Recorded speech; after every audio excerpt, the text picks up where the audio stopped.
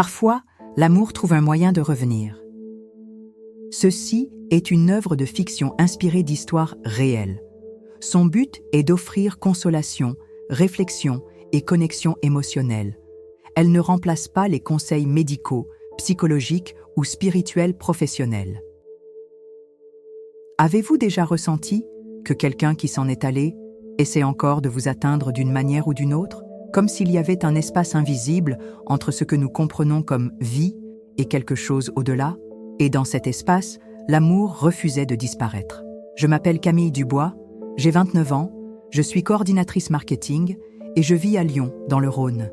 Et l'histoire que je vais vous raconter a complètement changé tout ce en quoi je croyais. J'ai toujours été du genre à tout remettre en question. Je travaille avec des données, des métriques, des résultats concrets. Toute ma vie a été construite sur la planification, la stratégie, le contrôle. J'analyse les comportements, je crée des campagnes, j'interprète les chiffres, tout, toujours, basé sur des preuves. Jusqu'au jour où ma grand-mère nous a quittés. Et là, au milieu du vide le plus dévastateur que j'ai jamais ressenti, quelque chose s'est produit. Quelque chose qui a complètement défié ce que je comprenais comme possible. Au début, c'était l'odeur, cannelle, le même arôme qui s'échappait de sa cuisine chaque fois qu'elle faisait ses sablés. Elle est apparue de nulle part, un après-midi où je n'arrivais pas à travailler. Puis, la tasse, celle en porcelaine bleue qu'elle gardait pour les occasions spéciales. Elle est apparue dans l'évier de ma cuisine, propre et sèche, un matin où j'étais certaine d'avoir tout rangé dans l'armoire. Je voulais croire que c'était juste de la nostalgie, que mon cerveau créait de fausses connexions. Mais les signes ne se sont pas arrêtés. Ils sont arrivés les uns après les autres, comme si elle essayait de me dire quelque chose, comme si elle murmurait « Je ne suis pas partie, j'ai juste changé d'adresse ». Et c'est par une nuit de septembre que tout s'est passé. Quelque chose qui va à l'encontre de tout ce que la raison peut comprendre. Cette histoire va complètement changer votre vision de ce qui est réel. Parce qu'après ce que j'ai vécu, il n'y a plus de place pour les doutes. Vous pourriez ne pas y croire. Moi non plus, je n'y croyais pas. Mais ce que j'ai ressenti cette nuit-là, cette conversation, cette présence, c'était elle. Et depuis lors, ces signes m'embrassent, tous les jours. Après avoir entendu cela, vous ne verrez plus jamais le départ de quelqu'un de la même façon. Ma grand-mère s'appelait Madeleine. Pour le monde, c'était une retraitée ordinaire, de celles qui se lèvent tôt pour arroser les plantes et font du pain tous les vendredis. Mais, pour moi, elle était mon encre. Vous connaissez ce type de personne qui transforme n'importe quel environnement rien qu'en étant présente? Elle mesurait 1,55 m, mais quand elle entrait quelque part, elle semblait remplir chaque recoin. Son énergie était chaleureuse, enveloppante, comme une étreinte permanente. Depuis petite, ma vraie maison était la sienne. Mes parents travaillaient beaucoup, alors je passais les après-midi chez elle, faisant mes devoirs à la table de la cuisine pendant qu'elle préparait le dîner. L'odeur des épices, le bruit de la cuillère qui battait dans la casserole, la radio qui jouait des chansons de Charles Trenet à bas volume. C'était là que je me sentais complète. Elle avait le don de faire paraître tout spécial. Une pluie devenait prétexte pour faire du chocolat chaud. Une journée ensoleillée se transformait en pique-nique dans le jardin. Et quand j'arrivais bouleversée de l'école, elle me regardait dans les yeux et disait « Viens par ici, ma petite. Raconte-moi ce qui pèse sur ton cœur. » Notre connexion était inexplicable. Parfois, je lui téléphonais et avant même que je ne parle, elle disait « Je sentais que tu allais m'appeler. J'ai déjà préparé la tasse de café. » Et ce n'était pas une façon de parler. La tasse était littéralement sur la table. J'ai grandi dans une famille plutôt sceptique. Mes parents sont ingénieurs. Tout dans notre maison avait une explication logique. Des problèmes, tableau Excel, des décisions, analyse des pour et des contre, et j'ai absorbé cette mentalité. À l'université, j'ai étudié l'économie d'entreprise. Puis je me suis spécialisée en marketing digital. Je vis en analysant des métriques, en comprenant les comportements, en prédisant les tendances. Mon cerveau fonctionne comme une machine à traiter les données. Mes grands-mères, Madeleine, elle était différente. Elle ressentait les choses. Elle percevait l'énergie des gens. Elle rêvait de situations qui arrivaient des jours plus tard. J'ai toujours pensé que c'était une coïncidence. Grand-mère, tu as beaucoup d'expérience de vie. C'est normal de deviner quelques prédictions. Mais au fond, il y avait une partie de moi qui se demandait comment quelqu'un pouvait être si intuitive.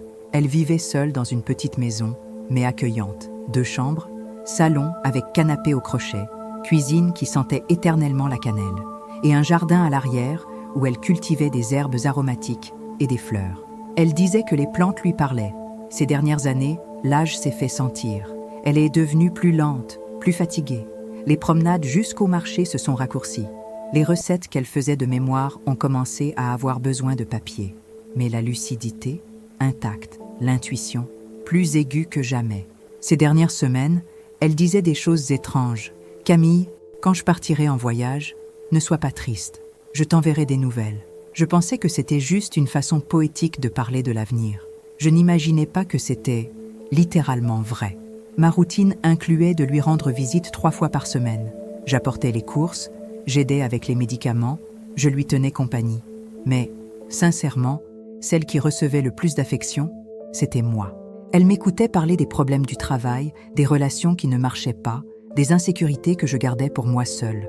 Et elle finissait toujours par le même conseil. « Fais confiance à ton cœur, ma petite. Il ne te trompe jamais. » Et quand je pensais avoir tout vu, l'impossible est arrivé.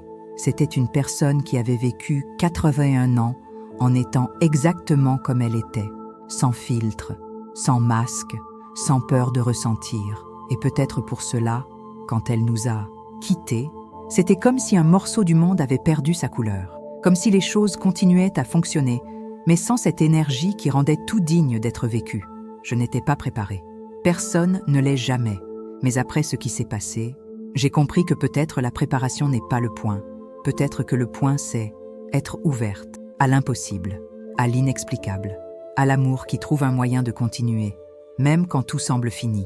C'était un après-midi doré de mars, un de ces après-midi où le soleil entre par la fenêtre d'une façon qui semble dire au revoir. J'avais passé la journée à travailler, résolvant des crises de clients, courant après les rapports. Quand je suis arrivée chez grand-mère Madeleine vers 17h, elle était dans le fauteuil du salon, silencieuse, sereine. « Salut, grand-mère, comment s'est passée la journée ?» Elle m'a regardée avec un sourire différent, plus doux, plus définitif. « Ça s'est bien passé, ma petite. » Elle a été complète. À ce moment-là, je n'ai pas compris le choix du mot. Complète. Comme si quelque chose s'était refermé. Elle m'a demandé de m'asseoir à côté d'elle. Elle a pris ma main, qui était étonnamment chaude pour quelqu'un qui se plaignait toujours du froid. Et elle a dit « Camille, je dois te demander quelque chose. » « Bien sûr, grand-mère, n'importe quoi. Quand je partirai en voyage, et je sais que ce sera bientôt, ne te perds pas, d'accord ?» Mon estomac s'est serré, mais j'ai fait semblant de rien. « Voyage où, grand-mère ?» Elle a souri. « À l'endroit où on va quand on a fini ici. »« Grand-mère, arrête, tu ne vas nulle part. »« Si, mon amour, et tout va bien, c'est l'heure. » Sa voix était ferme, sans tristesse, comme si elle parlait de déménager dans une autre ville. « Mais je veux que tu saches que même de loin, je prendrai soin de toi. » Elle a serré ma main. « Il y aura des jours où tu sentiras un petit parfum de cannelle de nulle part, c'est moi. Il y aura des moments où une chanson jouera au bon moment, c'est moi. Et si tu as vraiment besoin, vraiment beaucoup, cherche-moi dans les rêves, j'y serai. » J'ai commencé à pleurer. Je n'arrivais plus à faire semblant. « Ne pleure pas, ma petite. On ne se dit pas au revoir. On convient d'une façon différente de se retrouver. » Nous sommes restés là, enlacés, jusqu'à ce que le soleil se couche complètement.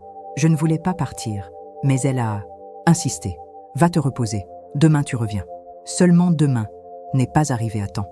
À 6h du matin suivant, ma mère m'a appelée, la voix tremblante. « Camille, grand-mère Madeleine, elle s'est endormie pendant la nuit. Le monde s'est arrêté. Je savais que ce jour arriverait, mais savoir et être préparé sont des choses complètement différentes. J'ai couru chez elle. La voisine, Madame Bertrand, était là. Elle est partie en dormant, Camille, sans souffrir, avec un sourire sur le visage. Les funérailles ont eu lieu par un après-midi chaud. La salle était pleine de gens qu'elle avait touchés au cours de sa vie, d'anciennes élèves de l'école où elle avait travaillé, des voisines qui recevaient des conseils sur le trottoir, des gens que je ne connaissais même pas, mais qui parlaient d'elle comme si c'était de la famille. Je me souviens de l'odeur des fleurs, des œillets blancs, qu'elle avait toujours dit être ses préférés. Je me souviens du bruit doux des gens qui conversaient à voix basse. Je me souviens de la lumière douce qui entrait par les fenêtres de la salle, créant une atmosphère presque céleste. Et je me souviens de comment, même là, je sentais qu'elle était présente. Je n'ai pas pu rester très longtemps. L'adieu physique était trop lourd. Les semaines suivantes, j'ai essayé de maintenir la routine. Travail, maison, travail, maison, mais tout semblait sans couleur, sans but. Sa maison est restée fermée. Je n'arrivais pas à y entrer.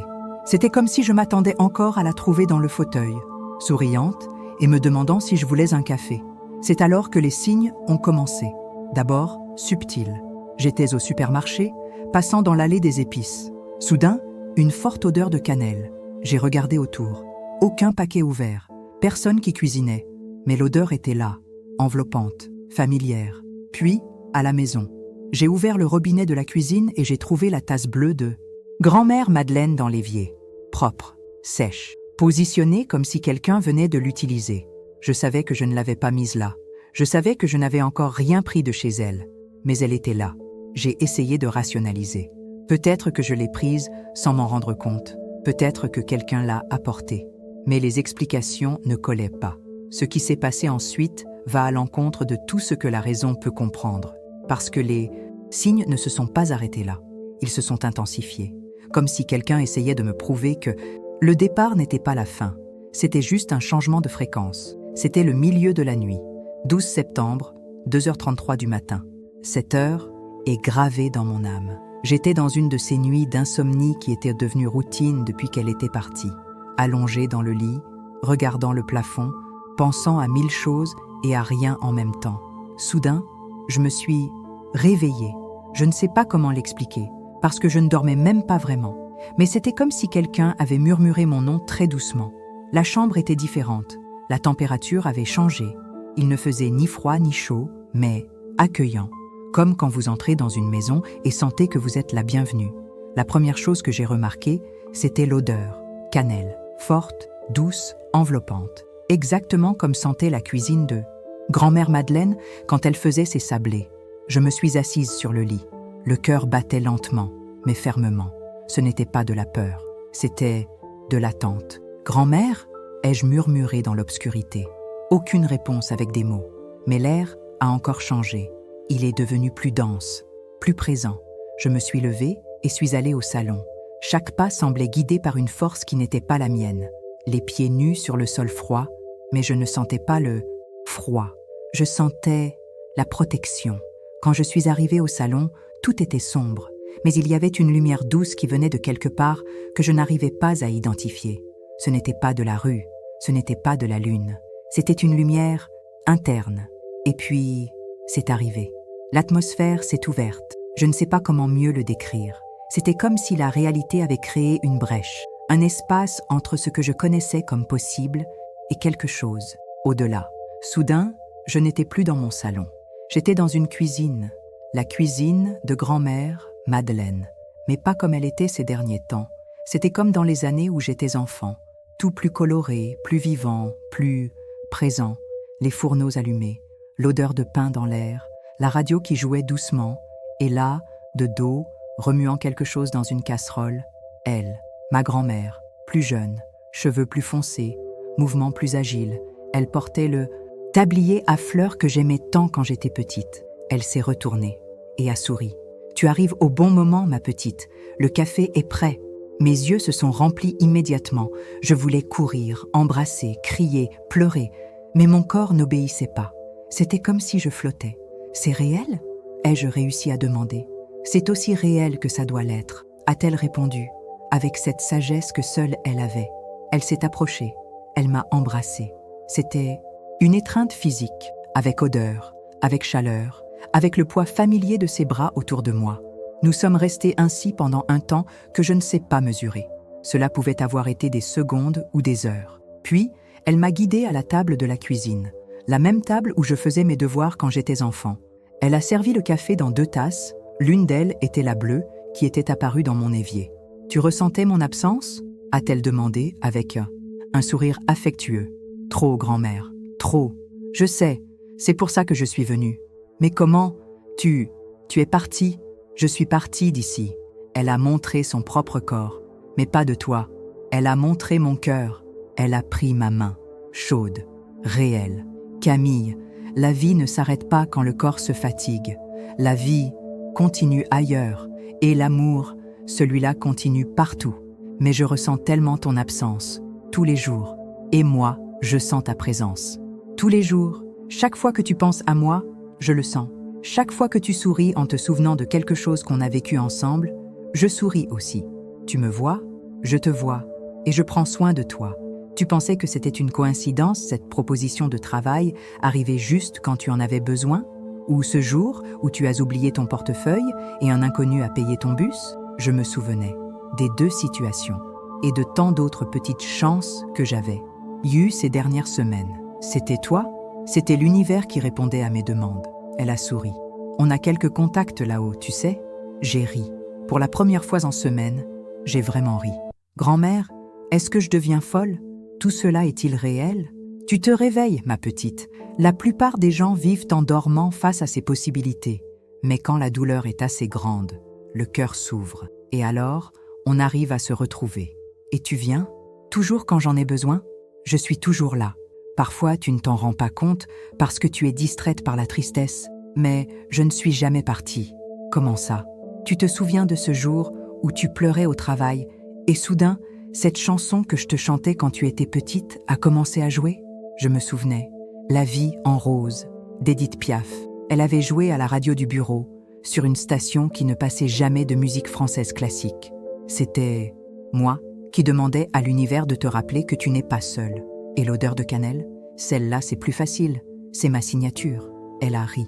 Chaque fois que tu as besoin d'une étreinte et que tu sens cette odeur, c'est moi.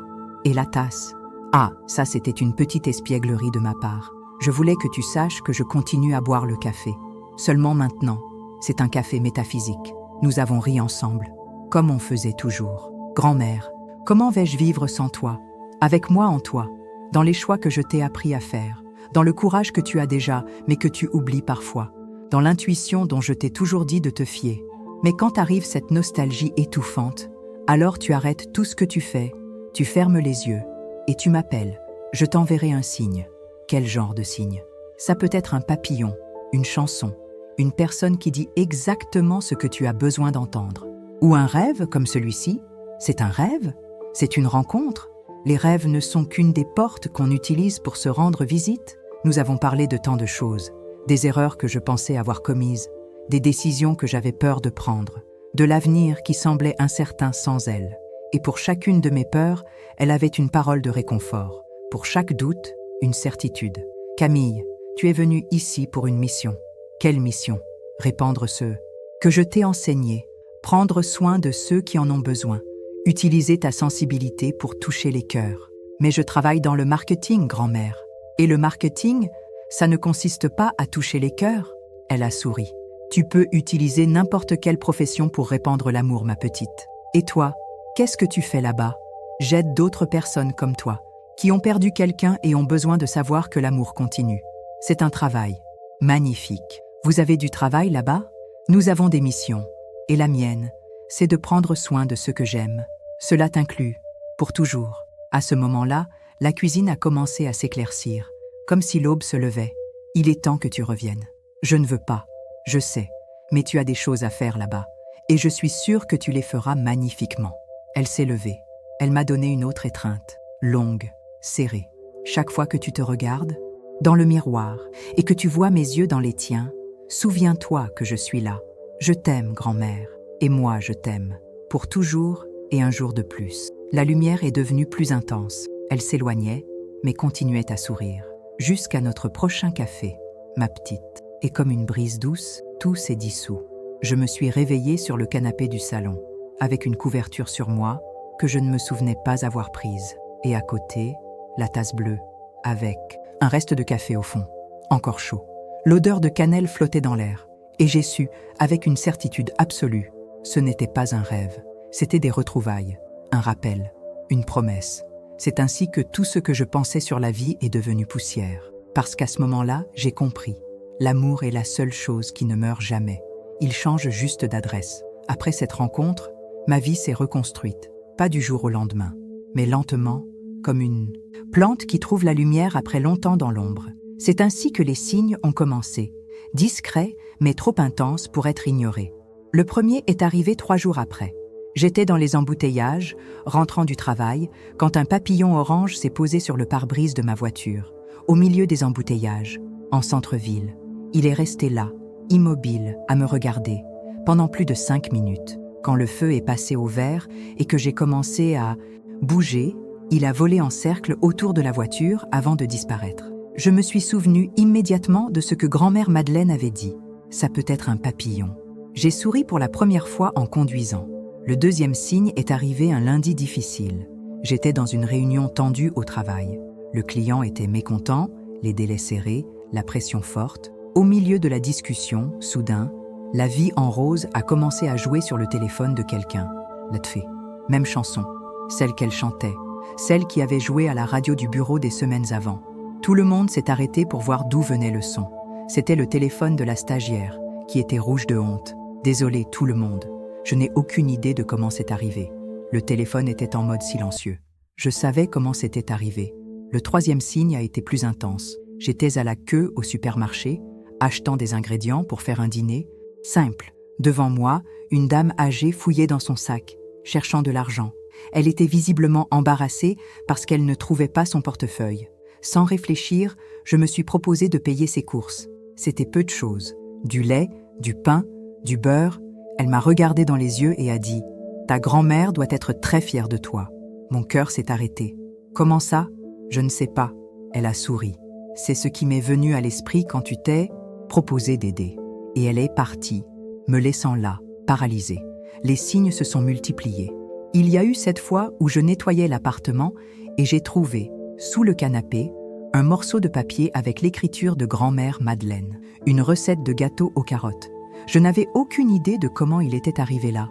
Il y a eu ce jour où je me suis réveillée avec une odeur de café de cafetière dans la cuisine, mais je ne buvais que du café soluble. Et il n'y avait personne d'autre dans l'appartement. Il y a eu cet après-midi où j'étais triste, et une voisine que je connaissais à peine a frappé à la porte. « Salut Camille, j'ai fait trop de sablés. Tu en veux ?» Ils étaient exactement comme ceux de grand-mère Madeleine. Même goût, même odeur de cannelle. Et il y a eu le rêve. Pas une rencontre comme la première, mais un rêve normal, où elle apparaissait juste pour dire « Je vois que tu comprends les signes. » Je me suis réveillée en souriant. Ces signes changeaient quelque chose de profond en moi. J'ai commencé à faire attention aux synchronicités, aux coïncidences qui n'étaient peut-être pas si fortuites. Mon travail aussi s'est transformé. J'ai toujours été douée dans ce que je fais, mais après les signes, j'ai développé une intuition différente. J'ai commencé à mieux comprendre ce dont les clients avaient vraiment besoin, pas seulement en termes de marketing, mais émotionnellement. Une campagne que j'ai créée sur les souvenirs affectifs est devenue virale, sans explication logique. C'était comme si j'avais capté quelque chose que les gens ressentaient, mais ne savaient pas exprimer. Mon patron a commenté « Camille, tu es différente, plus sensible, plus connectée. » Et il avait raison. J'ai commencé à faire plus confiance à l'intuition, à écouter cette voix intérieure que grand-mère Madeleine m'avait toujours dit de suivre. J'ai aussi changé ma routine. J'ai commencé à me lever plus tôt pour méditer. Pas une méditation formelle, mais quelques minutes de silence, parlant avec elle en pensée, remerciant pour les signes, demandant des conseils. Et toujours, je recevais une réponse, parfois le même jour, parfois sous forme d'une chanson qui jouait au bon moment, ou une phrase que quelqu'un disait et qui répondait exactement à mon doute. Je suis retournée chez elle. Au début, c'était difficile. Chaque coin avait un souvenir, chaque objet racontait une histoire. Mais petit à petit, la maison a cessé d'être un lieu de nostalgie et est devenue un lieu de connexion. J'y allais les dimanches après-midi. Je m'asseyais dans le fauteuil où elle se tenait d'habitude. Je lisais un livre. Je buvais le café dans la tasse bleue. Et je lui parlais à voix haute. Je lui racontais mon travail, les nouveaux projets, les gens que je rencontrais. Et je jure que parfois, j'entendais une réponse. Pas avec les oreilles, mais avec cette partie de nous qui sait quand on est écouté. Avec tout ce que j'ai vécu, j'affirme aujourd'hui avec une conviction absolue. Ce qui a le plus changé, c'est ma relation avec la mort. Avant, j'avais une terreur rien qu'à y penser. Maintenant, je comprends que la mort n'est qu'un changement d'état, comme l'eau qui devient vapeur. Elle continue d'être de l'eau, juste sous une forme différente. Cela m'a donné une paix profonde et un courage que je n'avais pas avant. J'ai pris des décisions qui m'auraient terrorisée avant. J'ai changé d'appartement pour un avec plus de lumière. J'ai mis fin à une relation qui ne me faisait pas de bien. J'ai commencé à écrire, quelque chose que j'ai toujours voulu faire, mais n'ai jamais eu le courage. Et le plus important, j'ai commencé à parler des signes, D'abord, seulement avec des amis proches, puis avec des collègues de travail, et j'ai découvert que tout le monde avait une histoire similaire. Camille, mon père est apparu dans mon rêve la veille de la remise des diplômes. Ma sœur m'envoie des signes à travers les oiseaux. Après que ma mère soit partie, je trouve toujours des pièces par terre. C'était comme si, en partageant mon expérience, j'avais donné la permission à d'autres personnes de partager les leurs. J'ai créé un groupe de soutien informel. Nous nous rencontrions une fois par mois chez moi. Des gens qui avaient perdu quelqu'un de spécial et voulaient parler des signes qu'ils recevaient. Le groupe a grandi. De 4 personnes, il est passé à 15, puis 30. Et chaque réunion était une révélation. Des histoires incroyables de connexion, d'amour qui continuaient, de signes impossibles qui changèrent des vies. Grand-mère Madeleine avait raison. Ma mission était vraiment de répandre ce qu'elle m'avait enseigné. Mais pas seulement à travers le groupe, aussi dans le travail. J'ai commencé à créer des campagnes plus humaines, qui parlaient de connexion, de mémoire, d'amour qui demeure. Et ces campagnes touchaient les gens différemment. L'une d'elles, pour une compagnie d'assurance, a complètement changé l'approche. Au lieu de parler de protection financière, nous avons parlé de prendre soin de ceux qu'on aime, même à distance. L'engagement a été 400% supérieur à la normale. C'était comme si j'utilisais ma profession pour guérir les cœurs, exactement comme elle avait dit. Et les signes ont continué. Il y a eu le jour où j'ai trouvé un origami en forme de papillon dans ma voiture. Personne ne savait comment il était arrivé là. Il y a eu le matin où je me suis réveillée et toutes les plantes de l'appartement étaient tournées vers le soleil, y compris une qui était dans le coin le plus sombre du salon. Il y a eu l'après-midi où une petite fille inconnue m'a embrassée dans la rue et a dit « Tu sens la grand-mère ». Et il y a eu cette nuit spéciale. 6 mois après notre première rencontre, elle est revenue. Pas dans sa cuisine cette fois, mais dans le jardin à l'arrière de la maison, où elle s'occupait des plantes. Elle était plus radieuse que jamais, entourée de fleurs que je n'ai jamais vues pareilles sur terre. « Tu apprends très bien », a-t-elle dit en souriant. « J'apprends quoi ? Que l'amour trouve toujours un moyen. Toujours. » Nous avons parlé du groupe, du travail, de comment ma vie se reconstruisait. Et elle m'a donné le conseil le plus important. « Camille, n'arrête jamais de croire aux signes, même quand les gens diront que c'est de l'imagination. Même quand toi-même tu douteras. L'amour qui nous relie est réel. C'est la chose la plus réelle qui existe. » Quand je me suis réveillée cette fois, j'ai trouvé une graine dans ma main. Une petite graine sombre. Je l'ai plantée dans le pot du salon. En 2 semaines, une pousse est née. En 2 mois, c'est devenu une petite plante de basilic. Aujourd'hui, elle fait plus d'1 mètre de haut. Et chaque fois que je passe près d'elle, je sens cette odeur familière, cannelle, mélangée au basilic, mélangée à l'amour. Si cela vous a touché jusqu'ici, c'est qu'il existe une partie de vous qui croit aussi. Aujourd'hui, quand quelqu'un me demande si je crois en la vie après la mort, je réponds « Je n'y crois pas, je le sais, parce que je l'ai vécu, ressenti, j'ai reçu les signes, et je continue à les recevoir, chaque jour, de différentes façons, mais toujours avec le même message. Tu n'es pas seul, et je ne l'ai jamais été. Aujourd'hui, quand je regarde en arrière, je vois que cette nuit de septembre n'était pas seulement une rencontre, c'était un tournant, un moment où la vie m'a enseigné qu'il existe des vérités qui ne sont pas dans les livres, des réalités qui n'apparaissent pas dans les recherches, des connexions qui défient toute logique, et la plus puissante de toutes, c'est l'amour. L'amour qui ne finit pas quand quelqu'un s'en va. L'amour qui trouve des moyens créatifs de se manifester. L'amour qui transforme la douleur en but. J'ai appris que la nostalgie ne concerne pas seulement l'absence, elle concerne aussi la présence constante de celui qui a marqué notre âme si profondément que même la mort n'arrive pas à l'effacer. Grand-mère Madeleine me l'a enseigné, pas seulement quand elle était là, mais surtout après être partie. Elle m'a enseigné qu'il existe des langages que le cœur comprend, même quand l'esprit résiste, qu'il existe des étreintes qui n'ont pas besoin de bras, qu'il existe des conversations qui se passent dans le silence. Aujourd'hui, je vis différemment, plus attentive aux signes, plus ouverte à l'inexplicable, plus confiante dans l'intuition qu'elle m'avait toujours dit d'écouter. Mon travail a changé, pas seulement la profession, mais la façon dont j'aborde chaque projet. Chaque campagne est une opportunité de toucher les cœurs, de rappeler aux gens qu'ils sont aimés, qu'ils ne sont pas seuls. Mes relations ont changé. Je m'arrête plus pour écouter. J'embrasse avec plus d'intention. Je dis « je t'aime » plus souvent, parce que j'ai appris qu'on ne sait jamais quand ce sera la dernière fois. Ma relation avec moi-même a changé. Je fais plus confiance à ma sensibilité. Je n'ai plus honte de pleurer quand j'en ai besoin, ou de parler de choses que je n'arrive pas à expliquer scientifiquement.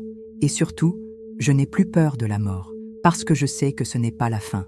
C'est un changement d'adresse, un nouveau chapitre dans une histoire qui continue d'être écrite, seulement dans des dimensions différentes. Le groupe de soutien que j'ai créé est devenu une petite ONG, mais active.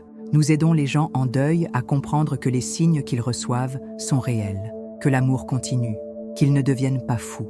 C'est magnifique de voir le soulagement sur le visage de quelqu'un quand il comprend qu'il n'est pas seul dans l'expérience, que d'autres personnes rêvent aussi de ceux qui sont partis, sentent aussi des parfums dans l'air, trouvent aussi des objets dans des endroits impossibles. La semaine dernière, une dame m'a cherché. Elle avait perdu son mari 3 mois plus tôt. Elle m'a raconté que chaque soir, à l'heure où il rentrait du travail, la sonnette sonnait, mais il n'y avait personne à la porte. « Ma famille pense que je deviens folle », a-t-elle dit en pleurant. « Vous ne devenez pas folle », ai-je répondu. Il rentre à la maison, juste d'une façon différente. Elle a pleuré, mais cette fois, de soulagement. C'est ce que grand-mère Madeleine m'a appris à faire. Transformer la douleur en compréhension, transformer la nostalgie en connexion, transformer la perte en but. Il y a des jours où les signes arrivent plus forts, d'habitude quand j'en ai le plus besoin. Quand arrive cette nostalgie qui semble vouloir m'avaler, alors arrive une odeur de cannelle de nulle part, ou un papillon se pose à ma fenêtre, ou quelqu'un dans la rue dit exactement ce que j'avais besoin d'entendre. Et je souris, parce que je sais que c'est elle, qui me rappelle qu'elle n'est jamais partie, qu'elle a juste changé de place. Parfois je vais encore chez elle. Aujourd'hui c'est un espace de méditation. J'ai gardé quelques meubles, j'en ai donné d'autres. Mais j'ai conservé l'essence, l'odeur d'épices, l'énergie accueillante, la sensation de chez soi. Assise dans son fauteuil, parfois je parle encore à voix haute. Je raconte mes projets, les gens que le groupe aide, les plans pour l'avenir. Et je sens toujours qu'elle m'écoute. Ce n'est pas de l'imagination, c'est de la certitude. Le même type de certitude que vous avez quand vous savez que quelqu'un vous aime, qui n'a pas besoin de preuves, qui est simplement. Si vous êtes arrivé jusqu'ici, c'est que cela aussi a parlé à votre cœur. Peut-être avez-vous aussi perdu quelqu'un de spécial. Peut-être avez-vous aussi reçu des signes que vous n'arrivez pas à expliquer. Peut-être avez-vous aussi douté de votre santé mentale quand c'est arrivé. Si c'est le cas, j'ai quelque chose à vous dire. Vous ne devenez pas fou.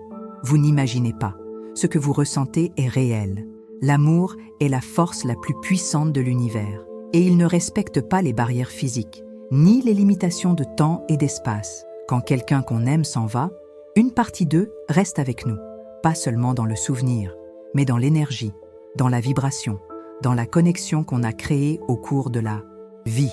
Racontez-moi dans les commentaires un rêve qui vous a marqué, un signe qui vous a fait tout arrêter, une sensation que vous n'arrivez pas à expliquer, mais que vous savez réelle. Je lirai avec affection, avec attention, et surtout, avec la certitude que votre expérience est valide. Parce que s'il y a une chose que j'ai apprise de grand-mère Madeleine, c'est que vous n'êtes pas seul. Vous ne l'avez jamais été, même quand il semble que si, même quand la douleur crie plus fort que toute autre chose, même quand la nostalgie semble infinie. Il y a quelqu'un qui prend soin de vous. Il y a quelqu'un qui envoie des signes. Il y a quelqu'un qui rappelle à l'univers que vous méritez l'amour, la protection et les conseils. Et si cette histoire vous a fait du sens, partagez-la avec ceux qui ont besoin de l'entendre, avec ceux qui ont perdu quelqu'un et essaient encore de comprendre comment continuer, avec ceux qui doutent que l'amour survive au départ. Parce que la vérité, c'est que l'amour survit à tout. Et parfois, il revient comme une odeur de cannelle dans un après-midi quelconque, comme un papillon qui s'arrête pour vous regarder, comme une chanson qui joue au moment exact, ou comme cette sensation inexplicable d'être embrassé par des bras invisibles, qui change tout à l'intérieur. Grand-mère Madeleine avait raison, l'amour trouve toujours un moyen, toujours. Et si vous ouvrez le cœur, vous le sentirez aussi, vous le saurez aussi, que personne qu'on aime ne s'en va jamais vraiment. Il change juste de forme d'être présent. Et parfois, cette nouvelle forme de présence est encore plus forte, plus constante, plus réelle, que n'importe quelle étreinte physique pourrait jamais l'être.